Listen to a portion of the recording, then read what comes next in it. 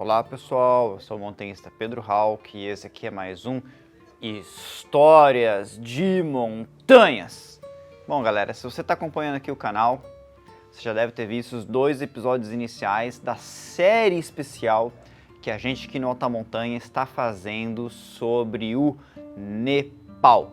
É isso mesmo galera, a gente está com uma série de vídeos muito bacanas sobre esse país fantástico que é o Nepal. Um país maravilhoso, montanhoso, encravado entre a China e a Índia, no meio do Himalaia. É o país que abriga a montanha mais alta do mundo, mas não só por isso que o Nepal é especial. O Nepal, ela é mais do que uma aventura em trilhas, em montanhas, no montanhismo e no trekking. O Nepal, cara, é uma experiência antropológica, uma experiência de vida. Com certeza, se você vai para o Nepal, você vai gostar muito. E é muito bacana em todos os aspectos, desde o aspecto culinário, até mesmo na sua ascensão à montanha dos seus sonhos. E hoje, galera, eu vou falar de um local muito especial. Eu vou falar sobre o Vale de Nar. Pessoal, esse vale do rio Nar, ele é um vale tributário do rio Marcianti, que ele faz parte do famoso circuito do Annapurna. Porém, o Vale do Rio Nar é um local muito, mas muito preservado. É um local que ainda não foi descoberto pelo turismo, como foi, por exemplo, a região do Khumbu, onde fica o trekking para a base do Everest, que eu falei no episódio anterior, e até mesmo no circuito do Annapurna, que é também um local muito conhecido já há bastante tempo. O Vale do Rio Nar, ele preserva suas raízes, que são raízes tibetanas, galera. Isso mesmo. O Tibete, que era um país que estava ali ao norte, né?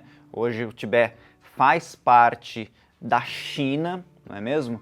E no Nepal é onde que a cultura tibetana se encontra mais preservada. Mas antes, galera, de dar continuidade a esse vídeo, eu vou fazer um convite para vocês. Vocês já ouviram falar da Loja Alta Montanha? A Loja Alta Montanha é uma loja especializada em trekking, montanhismo, escalada, em viagens. Aqui, pessoal, você vai encontrar de tudo. Então, se o seu destino for, por exemplo, o Nepal, não esqueça de dar uma passada. Você pode ali ver no site www.lojaam.com.br e conhecer os produtos que vão ser super úteis, tanto para você viajar, quanto para você fazer a sua caminhada, seu trekking. Lá tem realmente de tudo para a sua aventura. E também, galera, não esqueça, se você gosta de histórias de montanha, não esqueça de conhecer os meus livros, né? Também está disponível lá na Loja Alta Montanha, você vai encontrar, né? E são livros muito bacanas, contando minha experiência de quase 25 anos de montanhismo. Você acha que eu sou velho? Não, eu comecei muito cedo. Então tem histórias muito bacanas, esses 2 livros aqui, e é óbvio que sempre vai ter oportunidade de escrever um próximo. Então galera, entra lá no lojaam.com.br, conheça os livros, conheça nossas ofertas.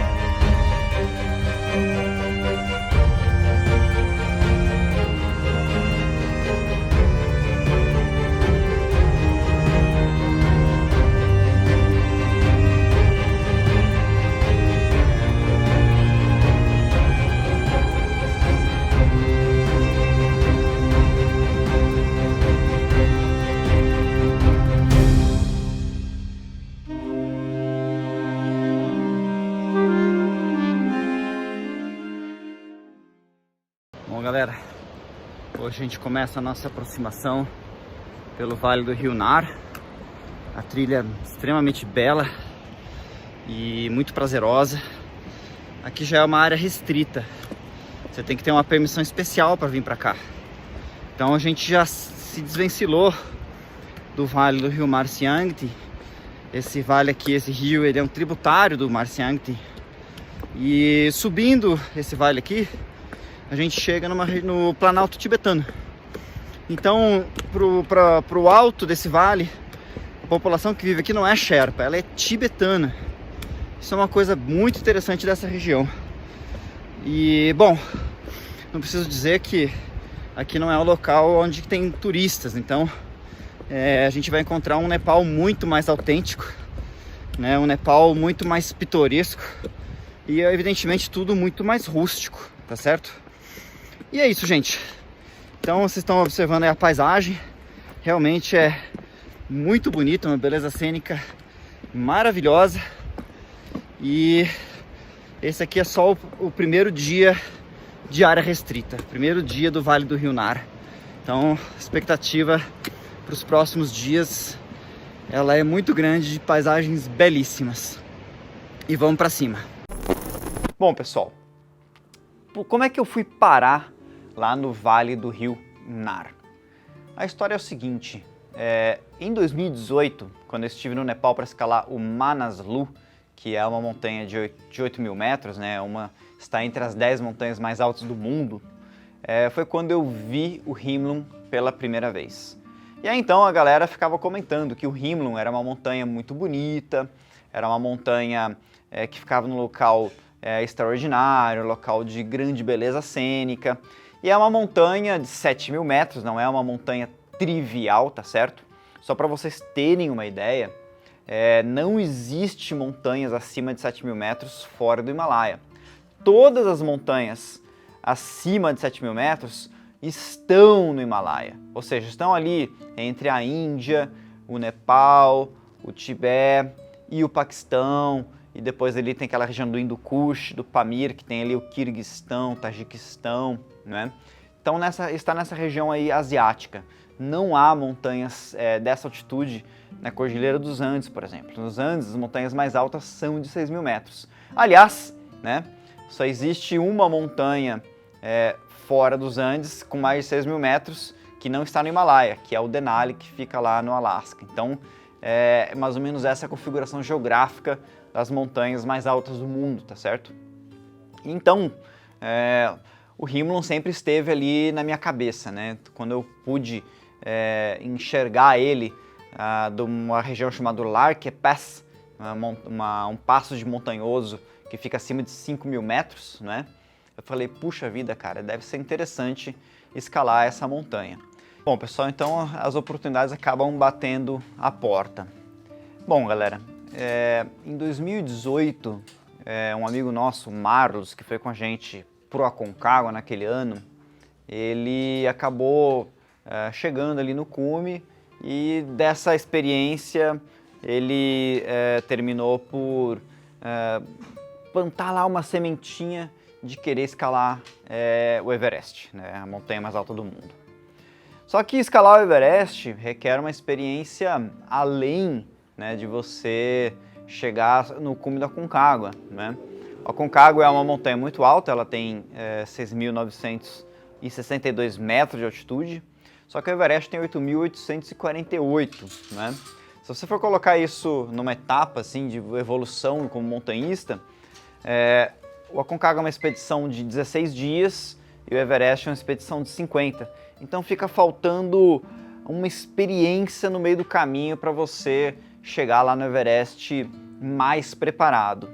Então ele queria ter uma experiência que fosse ali se encaixar, né, no meio entre a Aconcagua e uma montanha de 8.000 metros. E aí então que estalou na minha cabeça, puxa, vamos organizar então uma expedição para o Himlum, lá no Nepal, né? Montanha de 7.000 metros, uma expedição que vai durar por volta de 35 dias, tá certo? É uma montanha que ela não tem uma dificuldade técnica extrema, mas evidentemente que ela não é fácil, que ela vai ter seus desafios, né? Tem seus trechos inclinados, tem uma aclimatação longa, e então isso caiu como uma luva nessa intenção assim, de fazer com que o Marlos ganhasse uma experiência para que ele pudesse no futuro chegar a fazer uma montanha de 8.000 metros com melhor preparo. Só que é claro, né? Numa expedição dessas, quanto mais pessoas, melhor. Evidentemente que não precisa ser um monte de pessoas, mas tem que ter ali umas 5 pessoas ali para rachar os custos, porque fazer uma montanha dessa altitude não é algo muito barato.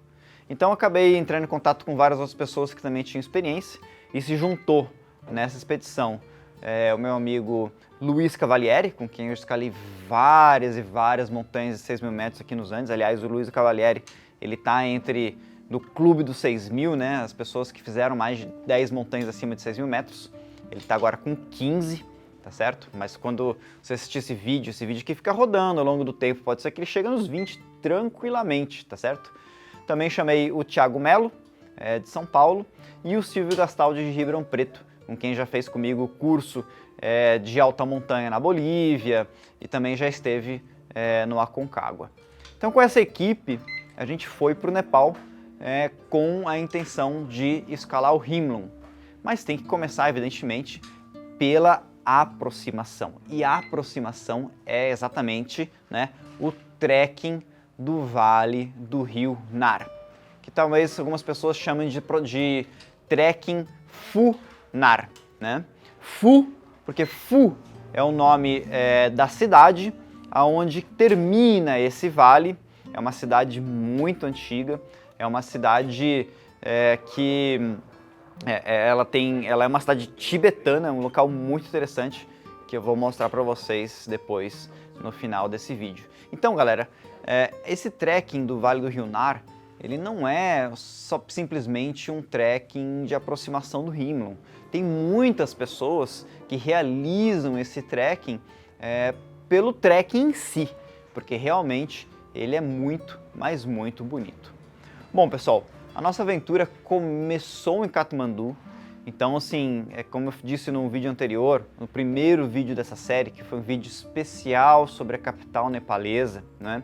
Katmandu é sempre o ponto de partida para várias das nossas expedições que a gente faz no Nepal. É uma cidade caótica, mas é uma cidade muito interessante. Então eu sugiro para vocês que comecem a ver esse vídeo lá pelo vídeo de Katmandu. Vocês não vão se arrepender, ficou muito bacana e vai se surpreender bastante. Vai só dar mais vontade para você ir lá para o Nepal conhecer esse país incrível.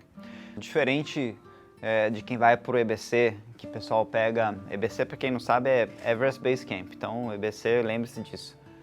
Quem vai lá para a região do Vale do Rio Nar não vai de avião como vai ali para Lukla, né? O transporte para você ir para o começo da trilha do Vale do Rio Nar é terrestre.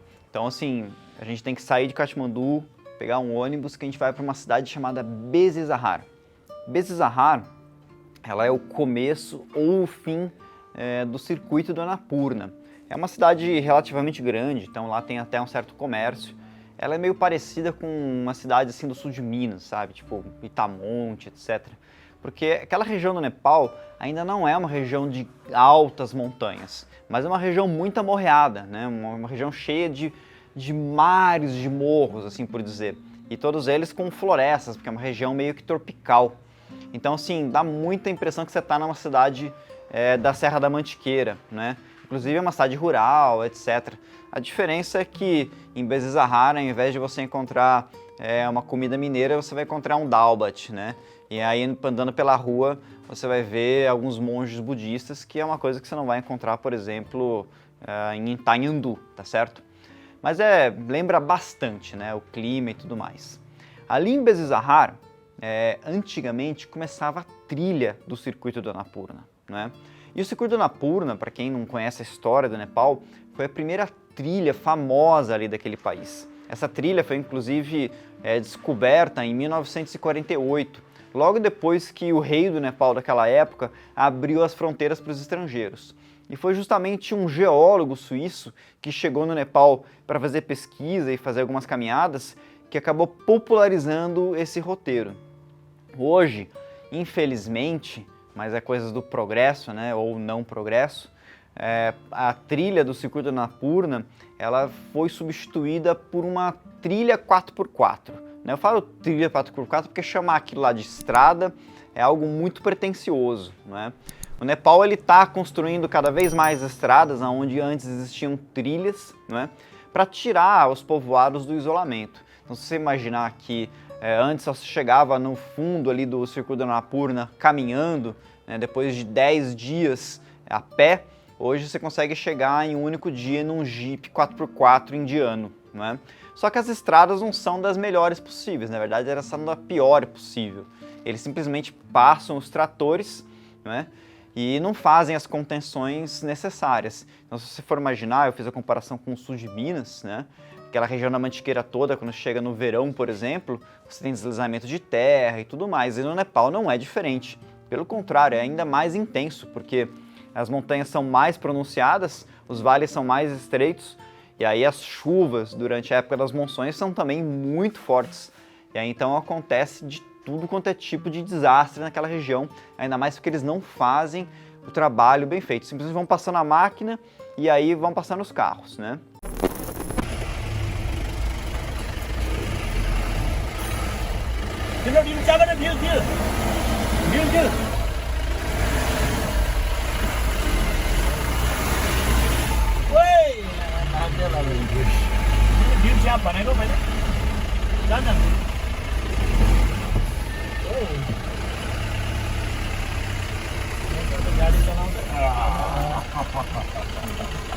Põe a mão ali, né?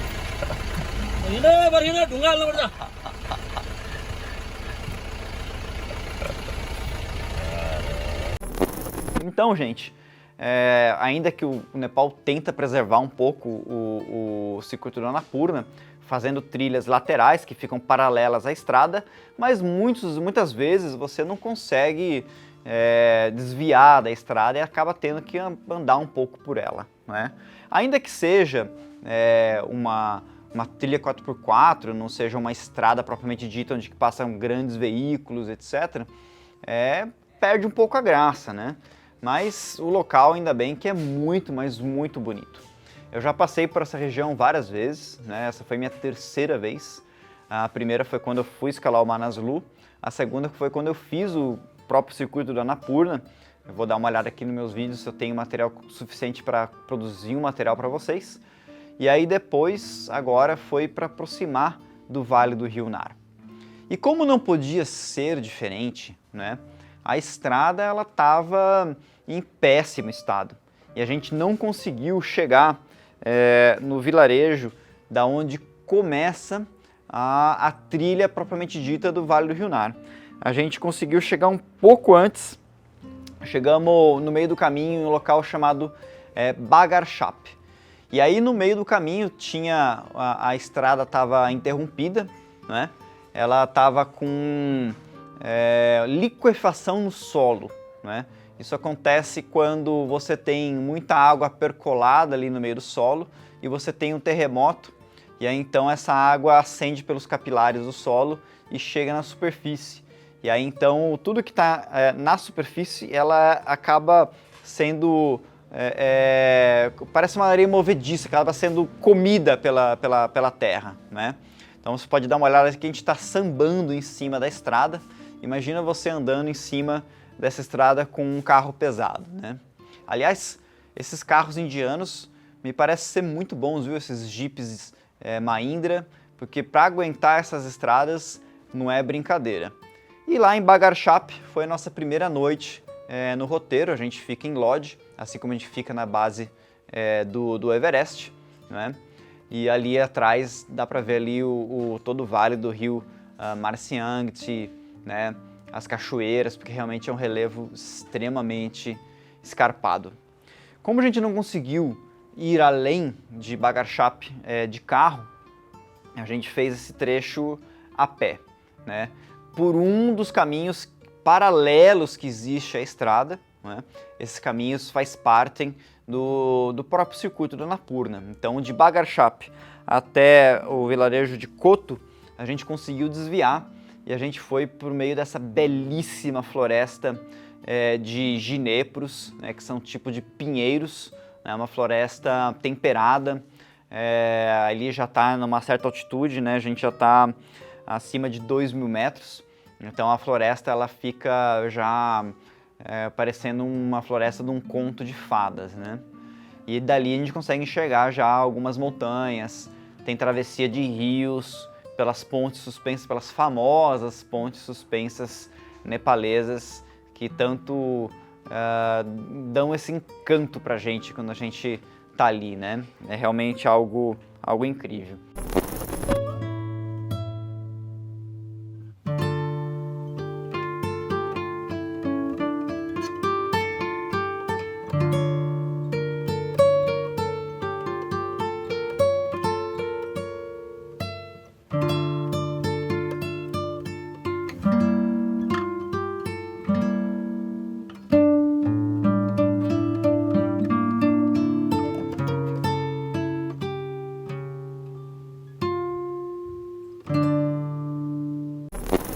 E, enfim, a gente chegou no vilarejo de Koto, não é? Koto ainda está bem preservado. Houve, na última monção, uma chuva muito intensa, destruiu muito dos vilarejos, né? A gente acabou não ficando sabendo aqui dessa chuva aqui no ocidente, mas ela foi realmente muito, muito triste. Eu vou pedir pro Michael colocar aqui, inclusive, né, o que sobrou aí, tem o resto, isso aqui é da parte ainda que a gente estava de carro, tá? Vou voltar um pouquinho no passado. Essa chuva, ela destruiu esse vilarejo chamado Tal, né? Era um vilarejo muito, muito bonito. Eu vou ver se eu resgato aqui algumas imagens dele quando ele ainda estava inteiro. Era um vilarejo encantado porque ficava no fundo do vale, cheio de cachoeira ao fundo, né? E, infelizmente, a enchente acabou destruindo o vilarejo de Tal. Aqui é o rio Marciangadi e aqui é o vilarejo de Tal. Era um vilarejo muito bonito, mas ele foi destruído por uma enchente. Dá para ver os esforços ali na recuperação. Ele está bem destruído, infelizmente. E aí você vê que em vários outros vilarejos, né, houve também muita destruição. E isso foi uma das dificuldades dessa aproximação de 4x4, né? Porque a estrutura, que já é precária, ela foi destruída pelas chuvas monsônicas de julho de 2021, né? Um episódio catastrófico que, infelizmente, aqui a gente nunca nem fica sabendo, tá certo? Mas o Vale do Rio Nar, como ele é um vale tributário, né? Ele desemboca ali no Mar Siangtse, e o Vale do Rio Nar, felizmente, não foi afetado por essas chuvas, então ele ficou ainda intacto e a natureza dele está lá bem preservada. Aí, pessoal, a gente está na vila de Koto, onde a gente sai do Vale do Rio Mar Siangtse, que é esse rio aqui atrás que está fazendo esse barulho. Aqui, ó. E olha só que coisa belíssima. Quem tá ali é o Annapurna 2, de quase 8.000 metros. Pela primeira vez a gente vai enxergar uma montanha de grandíssima altitude e é um desnível topográfico impressionante. Daqui a gente pega um outro vale, o Vale do Rio Nar. A gente sobe em direção ao Himlung, que tem quase a altitude dessa montanha aqui atrás. Esse é o Vale de Nar, que a gente vai percorrer a partir de amanhã. Então a gente sai de Koto, né, para começar o trekking. A gente desce até o vale do rio Mar Siangtse. A antiga ponte que existia foi levada pela enxurrada. Então a gente passa por uma ponte improvisada, que logo mais vai ser substituída por uma ponte suspensa dessas novas. E aí começa o vale propriamente dito. Logo de princípio você tem uma grande montanha rochosa maravilhosa no lado esquerdo do vale, e a gente que escala em rocha fica só olhando aquilo e fica imaginando conquistar uma via lá, um paredão que deve ter mais de 500 metros de altura, e por sorte ainda encontramos algumas chapeletas, então teve alguns escaladores indo para lá conquistando via. Mas toda vez que a gente vai para o Nepal a gente encontra esse tipo de paredão e raramente a gente vê as vias equipadas, né? Nesse grupo, pessoal, além dos brasileiros, né, a gente acabou também dividindo a permissão com um grupo de islandeses, né? Dividir a expedição com a galera da Islândia é algo totalmente inusitado, né? É um paísinho tão pequeno, são 300 mil habitantes somente. Pessoal eles são muito na deles, mas são também muito simpáticos, né? A gente acaba conversando pouco, mas sempre sendo muito bem recebidos, pessoas muito educadas e com bastante conhecimento. Então foi muito prazeroso poder estar dividindo a trilha com esse pessoal, fora, evidentemente, os nossos amigos Sherpas, né? Que estavam ali dando assistência pra gente, né? Então, assim, o vale do rio Nar, ele é um vale bem grande e logo no primeiro dia a gente tem quase 20 quilômetros de caminhada a se fazer.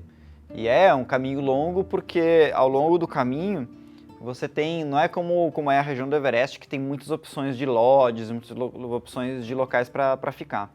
São poucas as opções e a maior parte delas são muito pequenas, assim, não dá para um grupo muito grande ficar hospedado. São locais bem mais simples do que no vale na região do Annapurna e na região do Everest. Mas assim, cada curva no vale era surpreendente. Então a gente tinha muitas pontes suspensas e o mais incrível, assim, muitas cachoeiras, né? Dentre elas, é uma cachoeira que a gente passa por trás dela, né? Entre a água e a rocha.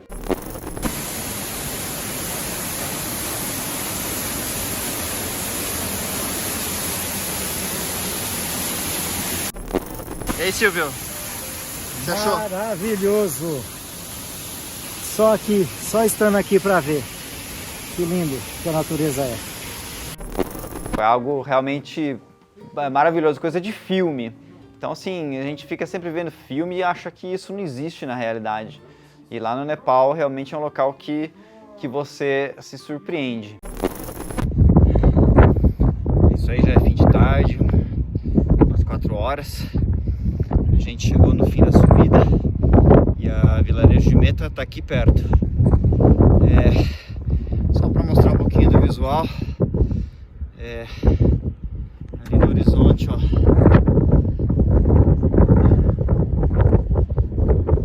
Não dá pra ver direito, ó. Dá pra ver que é essa pirâmide aqui, ó.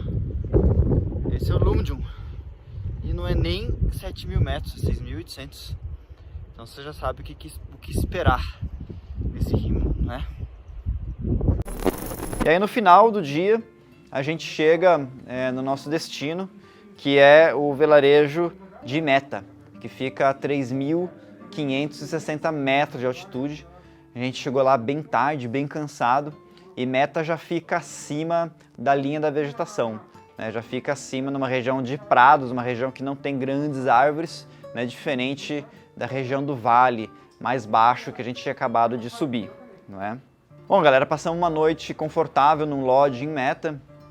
Lodge muito simples, não imagine que lá tem energia elétrica, tem água quente, nada disso. Mas pelo menos tem uma caminha para a gente passar ali uma noite dentro do saco de dormir, né?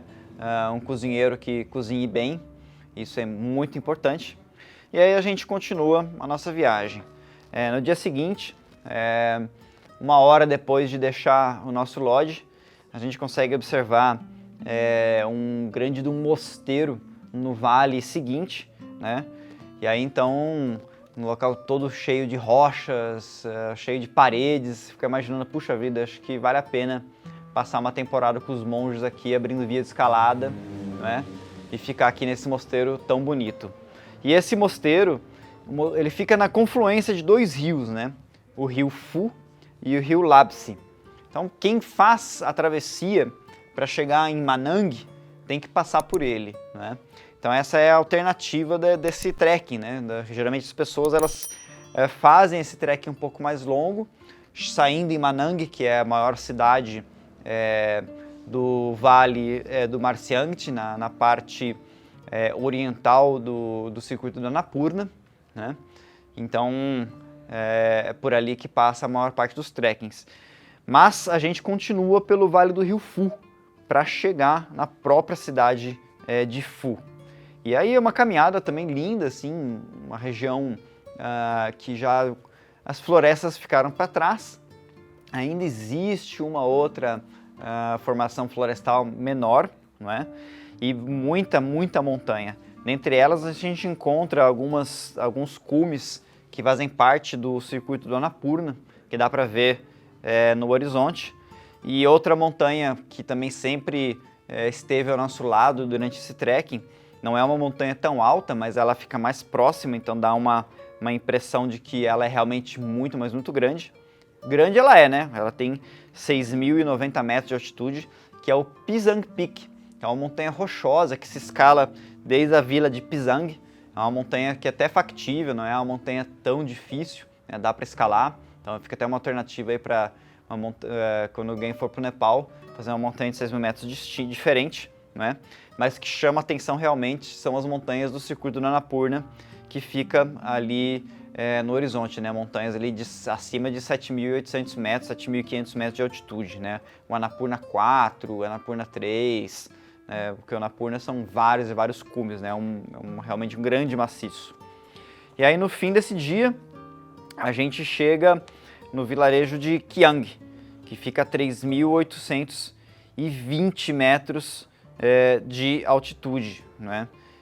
Kiang é um vilarejo minúsculo, sim, tem pouquíssimas, parece um vilarejo fantasma, são poucas casas, inclusive ele tem entre aspas, uma medina, né? Uma parte assim com casas em ruínas, que são muito antigas, que são da época dos tibetanos mesmo, né? Então, assim, os tibetanos que moram no norte, moram na região do Planalto tibetano, uma região árida, uma região muito seca. Em determinada época do ano, eles migravam para o sul, levando seus animais de carga, principalmente os iaques, para engordar em região que tinha pastos. Então, por isso que eles habitavam essas regiões do Nepal, né? Para levar os animais de carga, que são muito importantes para transportar todos os alimentos, os produtos que eles faziam comércio, né? Muito comércio entre Tibete e Nepal, isso já desde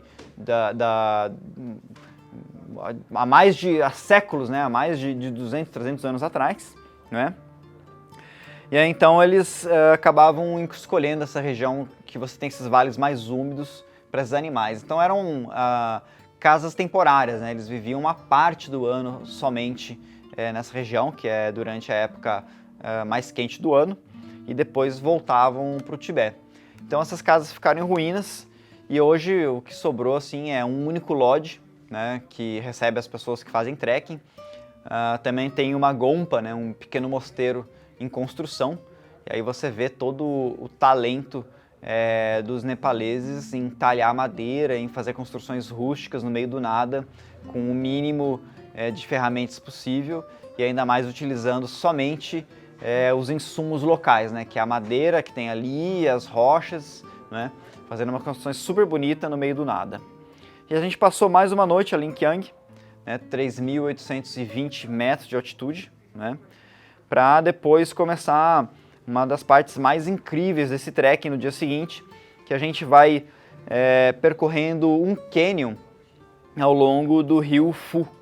Então, como ali forma realmente um canyon, né, ou seja, um vale com paredes extremamente abruptas, né, os nepaleses tiveram que construir pontes e tiveram que entalhar o caminho na rocha, né, literalmente construir um caminho suspenso. E realmente o caminho fica muito do lado de penhascos gigantescos, tanto para cima quanto para baixo. E isso, um esforço gigantesco para construir esses caminhos. E a gente pôde ali ver as pessoas construindo esses caminhos, né? Um trabalho muito brutal, um trabalho muito forte, muito difícil, que eles fazem com grande facilidade, né? Porque é o meio deles, né? Assim, o Nepal ele não escolheu ser o país do trekking. O Nepal é o país do trekking porque não existem estradas ainda. Então, a construção de trilhas exige, de certa forma, quase que a mesma engenharia de construir uma estrada, de aplanar o terreno, de construir túneis, de construir pontes, né? Coisa que aqui é muito mais fácil, né? Por isso que aqui a gente saiu da época ali das tropas de mulas para chegar nos caminhões, e o Nepal ainda está nas tropas, né? Mas não de mulas, né? Mas muitas vezes de iaques. A galera está construindo um novo caminho por cima para evitar esse trecho aqui que o pessoal acabou de descer. E aí então a gente chega no fim desse dia na região de Phu, né? Que é uma região assim já quase já tem aquele ambiente de alta montanha, né? Rochoso e tudo mais, quase sem vegetação. E Phu foi uma cidade muito surpreendente, né? A entrada em Phu, você está cheio de monumentos, cheio de chortens, tá certo? É uma região assim que eles são muito religiosos. Inclusive os tibetanos, eles têm uma curiosidade muito grande na maneira como eles sepultam os mortos. Então eles não enterram os mortos. Eles simplesmente, quando morre uma pessoa, eles levam o corpo dessa pessoa numa região alta, eles cortam a pele das pessoas e deixam as pessoas expostas para os abutres comer elas. Então assim, os abutres comem os olhos, as vísceras, comem tudo, só deixa os ossos, né? E depois eles pegam os ossos e colocam num chortem, um local bem ermo, um local alto numa montanha, né? E deixando ali um memorial para essa pessoa falecida. Eu até tentei falar com os tibetanos que estavam ali com a gente sobre esse ritual que eles fazem, se havia como eu visitar um local desses, mas eles acabaram falando que it's not possible, né? Não era possível, então eles não queriam ver estrangeiro participar disso daí, é uma coisa muito deles. Então eu respeitei a decisão, né? Mas quem sabe um dia eu possa presenciar uma coisa dessas, é uma cultura realmente muito diferente da nossa. E Phu, galera, Phu, ó, até aqui tá a gente entrando na cidade, no vilarejo de Phu, não é? Phu, muitas vezes quando a gente vai falar de uma cidade antiga, a gente fala que é uma cidade medieval, né? Porque a gente sempre lembra da cidade antiga, lembra da Europa, né? E as cidades antigas europeias são cidades medievais, né? Com suas ruínas estreitas, suas casas de pedra e tudo mais. Mas Phu não dá pra dizer que é medieval. Phu é da Idade Antiga. Phu, galera, você pode imaginar assim, tipo Jerusalém antes de Cristo, certo? É uma cidade toda feita de ou casas de pedra, ou feitas de adobe, né? Feitas de tijolo, de barro, né? As ruas são super estreitas. Geralmente eles têm alguns estábulos dentro das casas mesmo, mas separado de onde eles dormem, para os animais sobreviverem ao frio. É uma região que durante o inverno é muito, mas muito frio, porque Phu já está a mais de 4.000 metros de altitude, né? E tem muitas e muitas casas. Até hoje as pessoas vivem lá. É um local que tem uma comunicação muito precária. E assim, passeando pelas ruas de Phu, pelas ruas vazias e desérticas de Phu, é um local que não tem nada de turístico, assim, as pessoas não vão muito lá, assim, é algo muito novo, né? Mas muito preservado. Então realmente Phu ficou parado no tempo, parece que por 1000 anos, né? Você volta atrás 1000 anos, apesar de Phu não ser tão antigo assim, mas é a mesma arquitetura, a mesma maneira de construir, né? O mesmo modo de vida de mais de 1000 anos atrás. Então Phu, cara, é muito, mas muito interessante, né? E me chamou muita atenção. Então por isso vou deixar aqui várias imagens de Phu para que vocês também se surpreendam com esse local esquecido pelo mundo.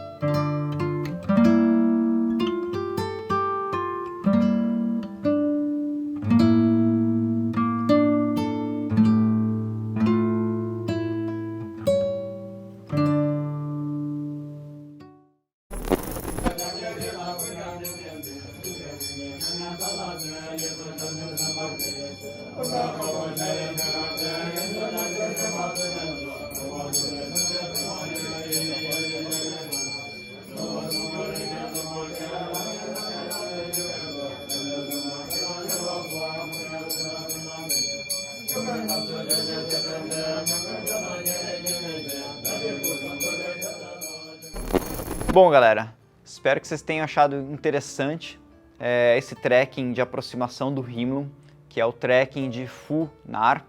As pessoas que fazem esse trek, geralmente elas vão até Phu, mas não voltam pelo mesmo caminho.